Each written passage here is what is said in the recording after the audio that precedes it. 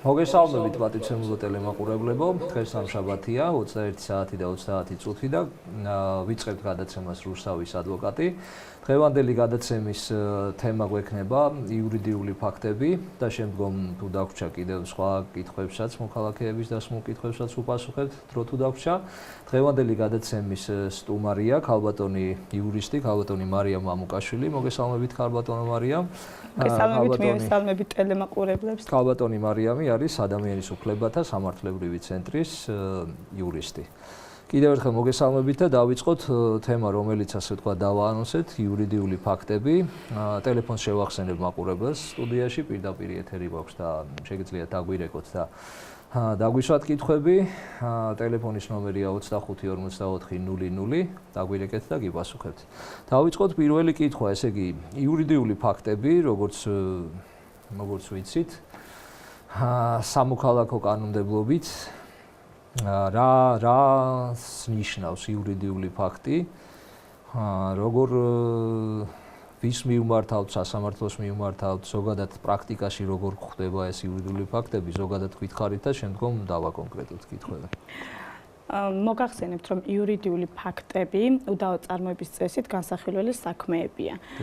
უდავო წარმოების წესით განსახილველი საქმეები, ეს ის საქმეებია, როდესაც მოსარჩელე მხარე არ ყავს, მიმართავთ სასამართლოს განცხადებით და ამით ზიანი არავის არ ადგება, როგორც არჩელის შემთხვევაში ხშირად ხდება. ამის არჩელის მაგივრად შევდივართ სასამართლოში განცხადებით, მაგრამ სანამ სასამართლომდე მივალთ, აი რა პრაქტიკაში რა გვაქვს, რა იურიდიული ფაქტები გვაქვს. რატომ ხდება ეს, ვთქვათ. აი მოდით იცით რას გეტყვით, განვიხილოთ. ძალიან ხშირად არის ხოლმე ჩვენ გქონია პრაქტიკაში პრივატიზაციასთან დაკავშირებით, როდესაც მიმართავთ მერიას და აი რა პრობლემები იქნება ძირითადად ამ დროს.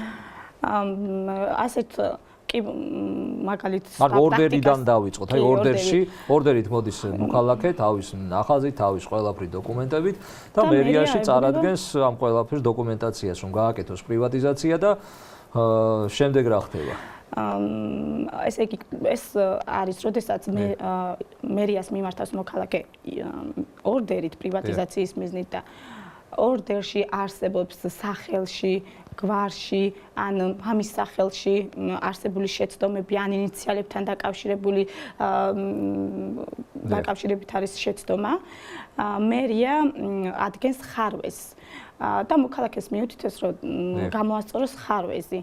მოქალაქეს წერილობით მისდის ინფორმაცია, მაგრამ მოქალაქე ისევ მიმართავს მერიას, რადგან მერია არის უფლებამოსილი ორგანო, გააკეთოს პრივატიზაცია და ორდერის გამცემი ძველი ორგანოების ეგრეთ წოდებული უფლებამონაცვლე ორგანოა. თუმცა მერია ვერ ახდენს ჩასწორებას, ასე რომ ვთქვათ, ერთ კუთვნილების, ანუ სამართლებრივ ენაზე კუთვნილების ფაქტს ვერ ადგენს და ამიტომ გადაწყვეტილებას იღებს პრივატიზაციაზე უარის თქმის შესახებ. ასეთ შემთხვევაში მოქალაქე მიმართავს სასამართლოს და ითხოვს დოკუმენტის პირისადმი კუთვნილების ფაქტის დადგენას. რას ნიშნავს ეს? რომ დოკუმენტი, კონკრეტულად ორდერი, ეკუთვნის მაგალითად კობა კობიაშვილს და არა კობა კობიაძეს მაგალითად. აი ამას ნიშნავს. ეს არის მიმართავთ სასამართლოს და მოვითხოვთ, რომ აი ეს დოკუმენტი ეკუთვნის არა კობა კობიაძეს, არამედ კობა კობიაშვილს. მოდით ესე ვთქვათ, როდესაც ჩვენ მივდივართ, აი ხშირად ყოფილა ესეთი, რომ სასამართლოდან დაურეკიათ ხოლმე, ვთქვამთ, რომ დაეხმარეთ ამ ადამიანს. ვიღაცები ეუბნებიან ხოლმე, რომ მიხვალთ სასამართლოში, დაწერთ განცხადებას და ამით დამთავრდება ყველაფერი, გასწორდება ყველაფერი. ამისთვის აუცილებელია იურისტი და საკმაოდ კვალიფიციური იურისტი, ეს თემა რომ ასე თქვა დაამუშაოს. ჩემთვის პირადად მირჩევნია ძალიან რთულ საქმეს მოვკიდო ხელი, ვიდრე იურიდიული ფაქტის განცხადებით შევიდე სასამართლოში, იმიტომ რომ იმდენად მოსამართლეები, დაწვრილებით გამოეკიდებიან ხოლმე ესე ბრწყალებში, რომ ვთქვათ, თითოეულ ნიუანსს, თითოეულ წერტილს, მძიმეს აქცევენ ყურადღებას, რომ რამე არ გამოეპაროთ და აი რა საბუთებია საჭირო ამისათვის, რა უნდა მოწმეებია საჭირო, რაღაც დოკუმენტია წარსადგენი თუ როგორ ვითხოვთ სასამართლოში? ანუ ეხლა რომ ჩამოვთვალოთ დოკუმენტების ჩამონათვალი ცოტა ვრცელი იქნება, მაგრამ მნიშვნელოვანი არის მოწმეები. აუცილებლად 2 ან 3 მოწმე არის საჭირო იმისთვის, რომ აი მაგალითად ორდერია ბინაზე, ხო, გაცემული. მოწმეები უნდა დაადასტურონ, რომ იმ ბინაში წლებია ცხოვრობენ ორდერის მესაკუთრე პირები, ორდერის მფლობელი პირები. ანუ ისაც განსაკუთრებული როლი მოწმეებს სხვა არ უკავიათ, მხოლოდ ის, რომ ამ ადამიანებთან ურთიერთობა აქვთ და ურთიერთობის დონეზე იციან, ხვდებიან, რომ ანუ ზრაცნობები უნდა იყვნენ, მეზობლები, ნათესავებიც შეიძლება იყვნენ. ოღონდ ნათესავები, მაგრამ დაინტერესებული პირები არ უნდა იყვნენ, ამ შემთხვევაში ოჯახის წევრები ან ბიძაშვილები, დეიდაშვილები ცოტა გასაგებია. და აუცილებლად უნდა იყვნენ იმასაკისები, ხშირად ყოფილა შემთხვევები, როდესაც პიროვნება არის, თქვათ, რაღაც ძალიან დიდი ხნოვანი, ასე თქვათ, შეიძლება გარდაცვლილი იყოს და მოწმეები ამისთვის გჭირდება. და მოყავთ ხოლმე 20 წლის მოწმეები, რომელიც ფაქტიურად ფიზიკურად არ იცნობდნენ ამ ადამიანს და შემდგომ რაღაც შეიძლება პრობლემა შეექმნას.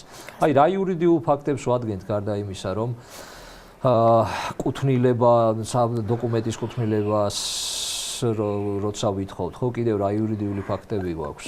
ძალიან ხშირია და ხშირად შევხვდრება პრაქტიკაში და ეს არის მემკვიდრეობის მიღების ფაქტის დადგენაზე. მოგახსენებთ, რომ მემკვიდრეობის, როდესაც გარდაიცვლება პიროვნება, მისმა მემკვიდრეებმა უნდა მიმართონ 6 თვის განმავლობაში ნოტარიუსს. როდესაც არ მიმართავენ 6 თვის განმავლობაში სამკვიდროს გაცემის თაობაზე და მიმართავენ 5, 10, 20 წლის შემდეგ, ხო, ცხადია ნოტარიუსი ვეღარ გასცემს სამკვიდროს და სამკვიდროს გაცემაზე უარის თქვის შესახებ დადგენილებას ადგენს. რის შემდეგაც ეს არის საფუძველი დოკუმენტი, ეს უარი, რომ სასამართლოში მივმართოთ იურიდიული ფაქტის დადგენის მოთხოვნით. ანუ განცხადებაში, როგორც ასეთი, უნდა მოყვანილი იყოს ფაქტობრივი გარემოებები, რომ მოქალაქე, რომ მემკვიდრე, პირველ რიგის მემკვიდრე იქნება თუ მნიშვნელობა არ აქვს ამ შემთხვევაში, რომ ნამდვილად მამკვიდრებლის მიერ დანატოვარ ქონებას დაეუფლა. თუ ბინა არის დაუშვათ საცხოვრებელი, არ ნიშნავს ეს იმას, რომ ცხოვრობდეს აუცილებლად. მთავარია სარგებლობდეს, იყენებდეს გარკვეული ნივთებს მასში, ან თუნდაც იქიდან წამოღებულ ნივთებს სხვა სახლში იყენებდეს, ან გაქირავებული ჰქონდეს დაუშვათ ბინა. ანუ ფაქტობრივად უნდა ფლობდეს ამ ქონებას, თუნდაც მიწის ნაკვეთებს დაუშვათ ამუშავებს, ან რაღაც. ხო, მიწის ნაკვეთში ხო ვერ იცხოვრებ, ხო, ანუ უბრალოდ წტომა უნდა ქონდეს, თუ შემოღობილია ეს მიწის ნაკვეთი. უფრო პრობლემა იქნება ხოლმე ისეთ ბინებზე, რომლებშიც სხვები ცხოვრობენ და შემდგომ დავობთ ხოლმე ამასთან დაკავშირებით. აი, გამოსაკვლევია ასეთ შემთხვევაში ცხადია და კონკრეტულ პასუხს კონკრეტულ ვითარებაზე გავცემთ იმ შემთხვევაში, როდესაც საქმეს ჩაუღრმავდებით. გარდა სასამართლოსი სხვა ორგანოც ადგენს ალბათ იურიდიულ ფაქტებს, ხო? იურიდიულ ფაქტებს არის იუსტიციის სახლი გარკვეული იურიდიულ ფაქტებზე ადგენს, მაგრამ ეს არის დაბადების მოწმობის გაცემაზე დაბადების რეგისტრაციის ფაქტს, ასევე გარდაცვალების რეგისტრაციის ფაქტს ადგენს და გარდაცვალების ფაქტს. ანუ ეს ძირითადად ამ საკითხებზე, ისე დანარჩენი ეს ძირითადად სხვათა შორის მე ნახი მაქვს იუსტიციის სახლის გამოკვლეული მასალები საკმაოდ ძირფესვიანად ის რომელიც გამოიკვლიეს საკმაოდ ძირფესვიანად იყო გამოკვლეული, ისეთი მასალები იყო ამოღებული არქივებიდან სხვადასხვა ეს მოძიებული, რომ ძალიან საინტერესო, თუმცა თუ უარი თქვა იუსტიციის სახლმა, ანუ უარყოფითი პასუხი მოგვივიდა, მაშინ მივდივარ შემდგომ სასამართლოში, ხო? აი, ჩვენ მქონდა პრაქტიკაში ესეთი შემთხვევა, როდესაც გარდაცვლილი ბაბუა თუ პაპა ყავდა პიროვნებას, რომელიც იყო 125 წლის, ხო, და ჩვენ ხელში გახდა ეს კაცი. ეს კაცი გახდა 126 წლის, ხო, და ვერანაირად ვერ ვამტკიცებდით ამ იურიდიულ ფაქტს, რომ გარდაცვალება ვერ დავამტკიცეთ და რა იყო ამისი მიზეზი? აქ რომ არ ქონდა ალბათ საფლავი ხო, ანუ გარდაცვალებას ვერ ვნახულობდით, რომ სად გარდაიცვალა. დიახ, მოწმეებმაც რომ დაადასტურონ, ანუ საფლავის ქვაზე სურათის გადაღება არის 25 წლის კაცი, რომელიც 60 წლის წინ მოკვდა და ხელა ვინ ნახავდით მოწმეებად, ხო ძალიან გართულდა ეს სიტუაცია, მაგრამ როგორც იქნა ბოლოს გამოცხადდა გარდაცვლილად.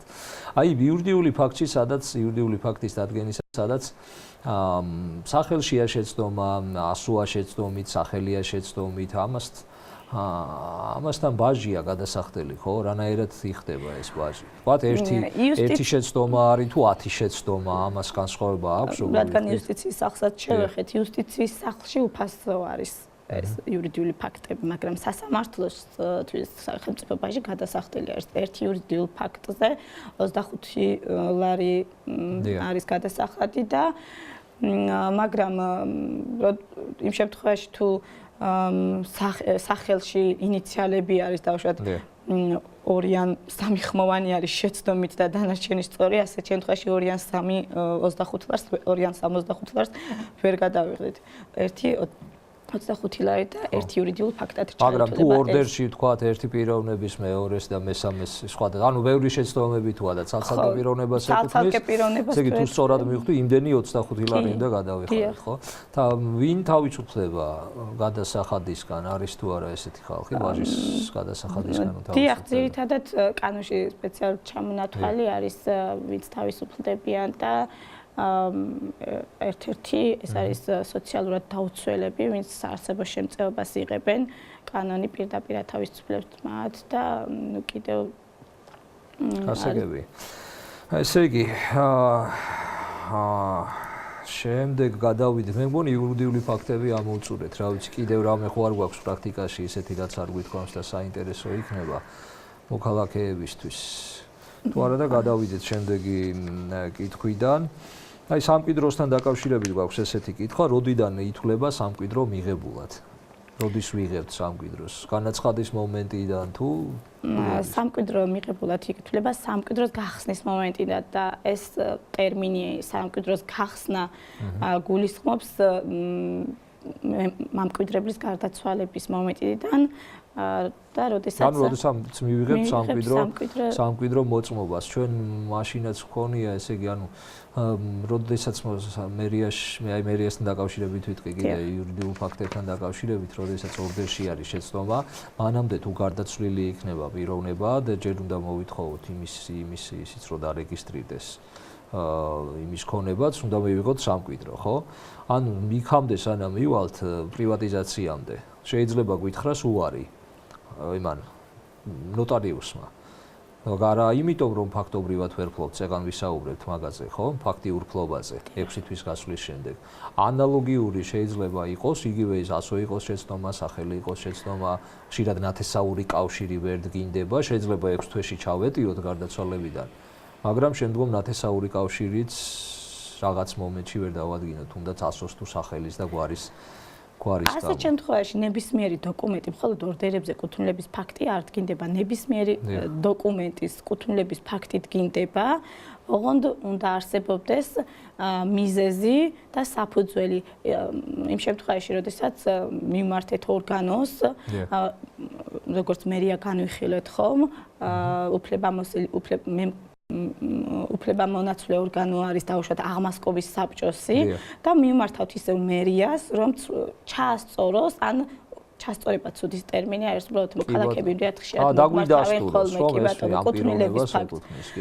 ერთი ესეთი კითხვა გვაქვს, ძალიან ესეთი აქტუალური კითხვა და ხშირად ეს ბოლო პერიოდში განსაკუთრებით ხალხმა რაც ისწავლა კანონი ოჯახურ ურთიერთობებთან დაკავშირებით, მინდა დავსვა ესეთი კითხვა, ძალიან ხშირად სპეკულირების თემა ხდება ბავშვების ნახვა მამის მხრიდან, მშობლების მხრიდან. ყოფილი არის შემთხვევები, რომ დედებსაც აქვთ ხოლმე ესეთი პრობლემა, რომ მამა არ აჩვენებს შვილს, მაგრამ ძირითადად დღეის მდგომარეობით ბავშვები იმყოფებიან დედასთან და არ აჩვენებენ მამას. რა ვქნათ, პატრული გამოვიძახოთ, ეჩხუბოთ ამ ქალს თუ წავართვათ ბავშვები თუ როგორ ვნახოთ ეს ბავშვები კანონმდებლობით როგორ არის განსაზღვრული?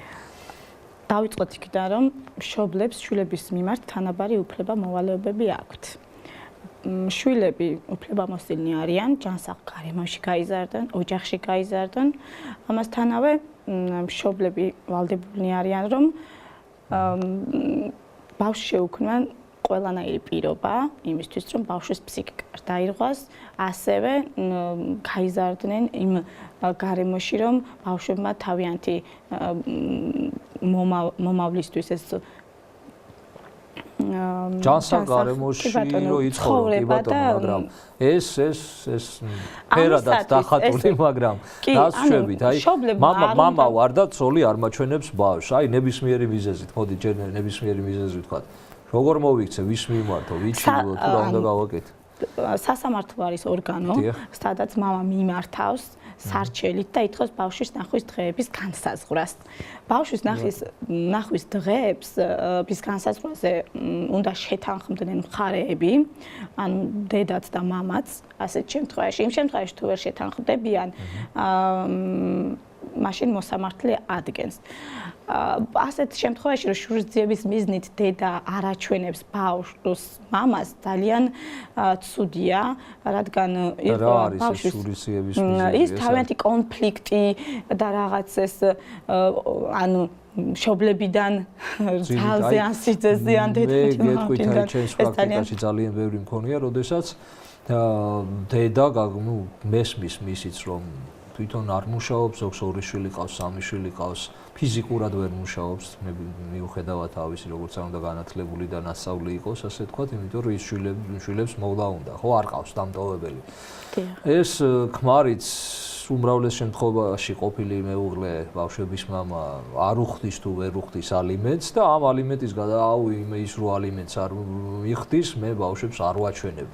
აი ესეთი მიდგომა რამდენად სამართლიანია კანონით და რამდენად შემდეგ მორალურად და როგორ ანუ მორალურად კანონით ის რომ ორივე მშობელს თანაბარი უფლებები აქვს შვილების მიმართ და მოვალეობებიც მაგრამ ის შემთხვევა რომ არ შეუძლია მუშაობა მოგეხსენებათ რომ შვილები რომ ყავს ადამიანს ხო უნდა ცოტა გაინწრეს ასე ვთქვათ ცოტა მაგრამ ეს რომ ბავშვები არ აჩვენო ალიმენტის გადახდის მიზეზით გადაუხდელობის მიზეზით მამას ბავშვები ვფიქრობ რომ ძალიან ცუდი არის ეს ბავშვის ფსიქიკაზე. ანუ იმ შემთხვევაში თუ ბავშვი რაღაც პერიოდის განმავლობაში, ანუ განქორწინება თუ არ მოხდა თავიდანვე, ან იმდენად დაახლოებულია მამასთან, რომ განქორწილება ამის შემდეგ მოხდა, რა ქნას იმ ბავშვმა, როდესაც მამას ვერ ნახულობს, ხო? ეს ძალიან დიდი სტრესის ქვეშ დგება ბავშვის ფსიქიკა. უნდა მშობლებმა ყველანაირად ხელი შეუწყონ ამას თავიანთი კონფლიქტი მოაგვარონ ბავშვის მიღმა ან კონდეთ კონფლიქტი ოღონდ ბავშვს შეეცადო რომ არ გახდეს რაღაც შურისძიების ობიექტი იმიტომ რომ ძალიან მიუხედავად რამდენად რომ და გადაუხადოს ალიმენტი ეს ახლა ყოველ მიზეზს გარეშე ესე უნდა იყოს მაგრამ ალიმენტი უნდა გადაუხადოს ამის გამო რომ თუ რაღაც მომენტში პიროვნება ისეთ პიროვნებებზე ვამბობთ ვინც ის არის ასე ვთქვათ, ვისაც პასუხისმგებლობის გრძნობა აქვს, თორე ვინც ალიმენტს არ იხდის და ზოგი ისეთია საერთოდ არც ბავშვის ნახვა უნდა და მაგის პრობლემაც არ დგას ოჯახში, მაგრამ არიან ისეთები რაღაც მომენტში ვერ იხდის ამ ალიმენტს და ენატრება შვილი ხო და ცოდოა ამისათვის და ძალიან ხშირად მე მქონია შემთხვევა, როცა დავლაპარაკებული ვარ ორივეს და მორიგებით გადაწყვეტილა ხოლმე ესეთი თემები, ვიდრე სულ დაძაბული ყოფნა კომპანიის საქმიანობა როგორც ვიცით ეს მშვიდობის მტრედი ხო იმიტომ რომ მამებთან მიმართებით ბავშვები უნდა პრაქტიკა ნახონ ორივე ხშირ შემთხვევაში დედებიც ცოდავენ ერთმანეთის კონფლიქტი რა თქმა უნდა ახლა ვისი ბრალია მაგას არა აქვს მნიშვნელობა მართალი თქვი თქვენ როდესაც მშობლები ყავს იმას ბავშვს თავისი ცუდი მამა ურჩევნია სხვის კარგ მამას ხო ან დედა რა მნიშვნელობა აქვს ორივე სულ ერთია აი მეუღლის ხშირად არის ხოლმე ესეთი კიდე ცოლების მხრიდან ახლა არ მინდა მაყურებელმა გაიგოსო ქალების წინააღმდეგ გამოდივარ წინა კითხვა და ახლობებით ესეთად ჩამოვაყალიბეთ პასუხიც მაგრამ ხშირად გამიგია ყოფილი ძლისგან რომ მე და გამყოქონება უნდა წამოვიღო ჩემი წილი და თუ უფრო მარტივად რო ვთქვათ ქონება რომელიც ეკუთვნის მამაკაცის მშობლებს რამდენად შესაძლებელია იქიდან წილი გამოიტანოს ყოფილმა მით უმეტეს ყოფილმა რძალმა?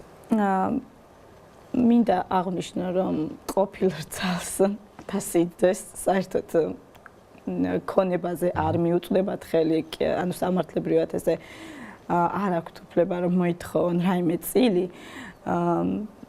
ალბათ ეს ნათესაური კავშირი ცოტა არ დგას ამ შემთხვევაში ეს საკითხი. ასეთ შემთხვევაში მემკვიდრეობით მიღებულ ქონებაზე და ჩუქებით მიღებულ ქონებაზე მეუღლე იქნება ეს ქალი თუ მამაკაცი, ხო? მნიშვნელობა არ აქვს. ამ შემთხვევაში არ ეკუთვნის არც ერთ მხარეს ჩუქებით და მემკვიდრეობით მიღებულ ქონებაზე. და მით უმეტეს თუ ისინი ცოცხლები არიან და რა თქმა უნდა, მით უმეტეს, როდესაც ცოცხლები არიან, რა თქმა უნდა, ასეთ შემთხვევაში მით უმეტეს. და რომელი ქონების მოთხოვნის საშუალება აქვს? ის მქონების, რაც ერთად ჰქონდათ შეძენილი თანაცხოვრების დროს. თანაცხოვრების შეძენილი ხას გავუსვენ ერთ გარემოებას, რომ თანაცხოვრების დროს შეძენილი ქონება არ ნიშნავს იმას, რომ მუშაობდა მხოლოდ მამაკაცი და მისი ფულით რადგან იყო შეძენილი, ეს მხოლოდ მისი ქონება არა. ასეთ შემთხვევაში საოჯახო საქმეებს, როდესაც მეუღლე ქალი უძღვება ის შვილებს და ასე შემდეგ, ხო, ეს ერთად გაწეული შრომა ორივე მეუღლის და თანასაკუთრება იგულისხმება საერთო ქონებაზე, როდესაც უკვე მას შემდეგ რაც შექმნეს ოჯახი და ერთად ცხოვრობენ. ეს უფრო რეგისტრირებული ქორწინება უნდა იყოს, ისე შემთხვევაში აუცილებლად უნდა იყოს რეგისტრირებული სამოქალაქო. თუმცა რამდენად მიგაჩნია თქვენ სწორად, მე პირადად ბევრს აქვს რეგისტრირებული ქორწინება, რა თქმა უნდა კანონში ესე წერია და ესე უნდა იყოს, მაგრამ რამდენად სამართლიანია, აი როგორც რიგითი მოქალაქის აზრით, რომ შეიძლება მე მყავდეს 2-3 შვილი ცხოვრობდე ჩემს მეუღლესთან 20 წელი, 30 წელი, მაგრამ მოხდა ისე, რომ არ გვაქვს რეგისტრირებული ქორწინება. ამ შემთხვევაში ეს ქალიც და კაციც ხო ცოდოა, ხო, ერთ-ერთის გარდაცვალების შემდგომ რომ ვერაფერი ვერ მიიღოს. იცით, როგორი რაღაც არის, წლების წინ შეიძლება არ თვლიდნენ ამას სავალდებულოდ, მაგრამ დღეს მდგომარეობით კანონი უკვე გვავალდებულებს, რომ აუცილებლად უნდა იყოს ეს ქორწინება რეგისტრირებული.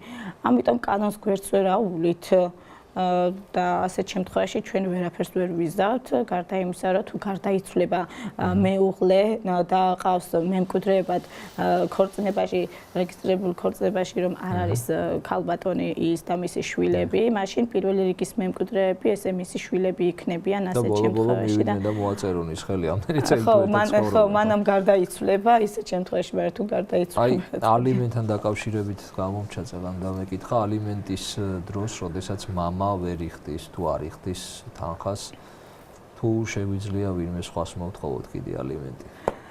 დიახ, პრაქტიკაში გქონდა ძალიან ხშირად. ახლა მამაზე გადავედით, უკვე დაწოლა, ზეწოლა გვაქვს. ბებიად და პაპას შეგვიძლია მოვთხოვოთ. რამდენიმე შემთხვევა გქონდა. აი, რა შემთხვევაში ვთხოვთ ბებია-პაპა? პირდაპირ შეგვიძლია მივაგდეთ? არა, იმ შემთხვევაში თუ მამა შრომის უნაროა, ან რაიმე საფუძველია ისეთი, რომ ვერ უხდის შვილებს ალიმენტს. ერთ-ერთი მაგალითი იყო, რომ პიროვნება ციხეში იყო დაჭერილი და ბებიას და პაპას დააკისრა მოსამართლემ ალიმენტი, რაც მეც მიმაჩნია სწორად და ნამდვილად კარგი გადაწყვეტილება მიიღო. სხვა შემთხვევაში, ანუ საფუძველი უნდა არსებობდეს, მამა რატო არ უხდის ანუ მიზეზი უნდა ქონდეს ამისი, ხო. ისე პირდაპირ მასაც გადაახტევინო ალიმენტი და ბებია და პაპასაც ესე არ ხდება. ორივეს ვერ გადაახტევინებ, მაგრამ იყო ესეთი შემთხვევა, რამდენიმე შემთხვევა იყო, როდესაც მოაქვთ საბუთები იურისტთან, ადვოკატთან მოდიან და ეუბნებიან, რომ ამ კაცს არაფერი არ აქვს, ეს არაფრის გადამხდელი არ არის უსაქმური და ასე შემდეგ და ასე შემდეგ, მაგრამ სამაგიეროდ ქონება აქვს ბებიას, ანუ ბავშვის ბებიას. მუშაობს, აქვს დიდი ხელფასი და ასე შემდეგ და ასე შემდეგ და ავაყადაგოთ, გავანადგუროთ, მოკლედ დავაქციოთ ეს დიდი ოჯახი, ასე ვთქვათ. ამ შემთხვევაში პირდაპირ შეგვიძლია მივმართოთ რახან ქონება იმასაა, აქვს თუ ჯერ მამიდან გამომდინარე უნდა გავაკეთოთ ალიმენტის მოთხოვნა. და ჯერ მამიდან გამომდინარე უნდა მოვახდინოთ ალიმენტის მოთხოვნა, მიმართოთ სასამართლოს. სასამართლო არ ითვალისწინებს პიროვნება მუშაობს თუ არ მუშაობს, აუცილებლად ალიმენტის თანხას აკისრებს მამას, თუმცა დედაზეც გქონია შემთხვევა, რომ მამასთან ცხოვრობდა. ხო, ანუ ვისთანაც არ არიან ბავშვები, იმას ვითხოვთ ალიმენტს. დიახ. გასაგებია. კიდევ ერთი კითხვა. ბოლო კითხვას დავსვამ, იმიტომ რომ ჩვენი გადაცემის დრო დასასრულს მიუახლოვდა. და რამდენად შესაძლებელია, ესე იგი, თუ ვერ ვიღებთ ალიმენტს, ანუ ფიზიკურად არ მუშაობს მართლა ეს პიროვნება და ააკისრა ეს მინიმუმი, როგორც ვიცით, 150 ლარია. ამ შემთხვევაში რა ხდება, რა ბერკეტი გვაქვს, როგორ შეიძლება რაღაცნაირად რამეს შედეგს მივახციოთ? იმ შემთხვევაში თუ არაფერი აქვს საერთოდ, ასეთ შემთხვევაში კანონში ჩანაწერი არის, რომ საახსრუებლო, ანუ აღმასრულებელი შედის პიროვნებასთან სახლში, სადაც ცხოვრობს, მისი ფაქტობრივი მისამართია და აყადაღებს ქონებას. ის ქონება არის შეძენილი დედის, მამის, თავისი არის თუ არა, არ კითხულობს რაღაც მომენტში ძალიან სუდად ჟღერს თითქოს ეს გარემოება, მაგრამ ეს ასე ეს მდგომარეობაც არასასიამოვნოა, დიახ, მაგრამ ასეთ შემთხვევაში ყოფილა, როდესაც დედას და მამას უჩივლია შემდეგ შვილისთვის, რომ ეს ნივთები მოძრავი ქონება, ანუ მოძრავზე აქვს საუბარი, მინდა მაყურებელს შევახსენო, რომ როცა უძრავი ქონება არ გააჩნია, მოძრავ ქონებას აყადაღებენ იქ, სადაც ფაქტობრივად ცხოვრობს პიროვნება. დედა და მამა უჩივის შემდეგ შვილს, რომ აი მე ჩემი საგარანტიოები მაქვს, კი, აი ეს ტელევიზორი განვადებით მაქვს ნაყიდი, სარიცხეს მანქანა, და დაზარალებული ისე ბავშვი რჩება. დიახ, ასეთ შემთხვევაში დიახ.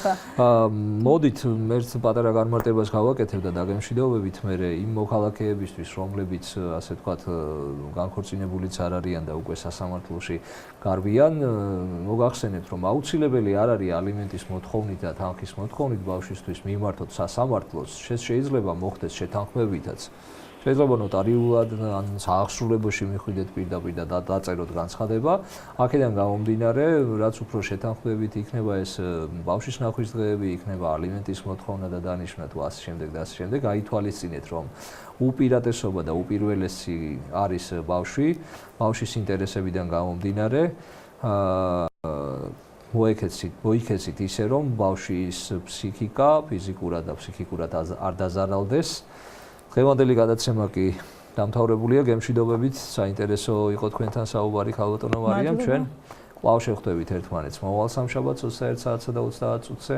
კარგად ბრძანდებოდეთ. ნახვამდის.